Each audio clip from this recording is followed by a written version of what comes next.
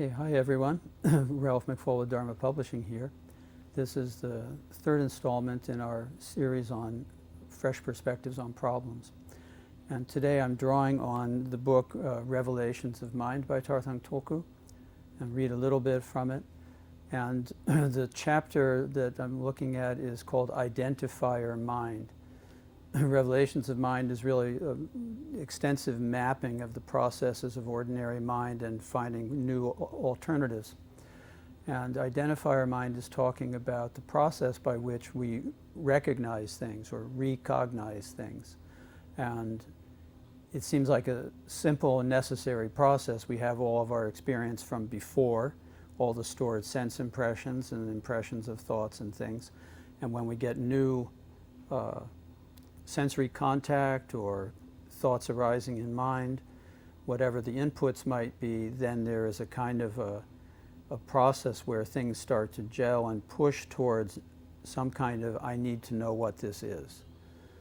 So there's a kind of a matching process that goes on until things snap into focus, and we could say now we have a moment of recognition. Now we know this is this and that is that. And it's possible to detect this operation, make it more obvious. Like sometimes you have a sound that's going on in your living quarters or outside your house or whatever, and ordinarily we're very rapidly identifying and noting what that sound is. But sometimes something's happening and you can't get it. It doesn't match, and then you can very notably see your mind racing through its card catalog of possible sounds, So there's a real push towards this recognition and needing to know. But there are some pitfalls with the clarity and certainty that arises in that also presents some difficulties or limitations. So let me read just a little bit of the text. One of the things that happens with this process of identification is because there's a dualistic mind operating of subjects and objects and me here and things there. And then there's also a pattern of evaluating everything in terms of pros and cons, likes and dislikes, good for me, bad for me, etc. So there's all this monitoring going on. And this is part of the predisposition towards problems. So the first subheading in this chapter is problem-making mind. The interactions of these mental operations nearly guarantee that we will be faced with problems of one sort or another, each of which will add new layers of complexity.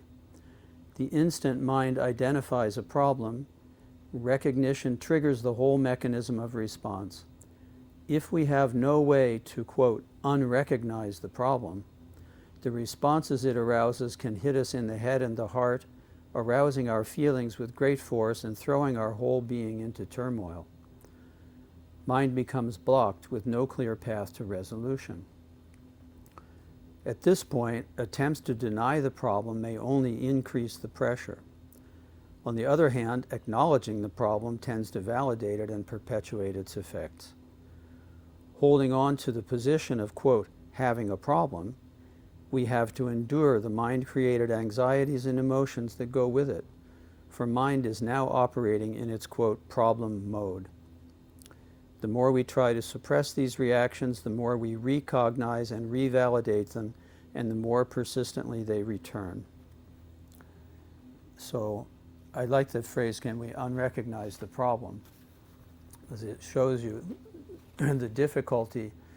And I know when I have certain problems or chronic problems, some recurring problem, then you're thinking about it, and sometimes the mind is not actually trying to, quote, solve it, but it's trying to make it more clear. And I know sometimes they say, oh, that's what's going on. That's what they're thinking. That's what they're doing. And there's a certain kind of self-satisfaction in it. But I've come to see in myself that it also is a locking things in place. Like now it's so clear that everything is specifically situated. This person is like that, I'm like this. these things are possible, these things are impossible. So now it's very clear, and it's also hopelessly stuck. So what seems like an achievement is actually really not helping us. So if you want to take something away from this, you could watch for this urge towards recognition and clarity, and be a little skeptical about it at times, that there's maybe another side, another possibility, to see if we can keep things open so we don't totally lock in to these traces of the past. So that's all for today, and I hope you find this valuable.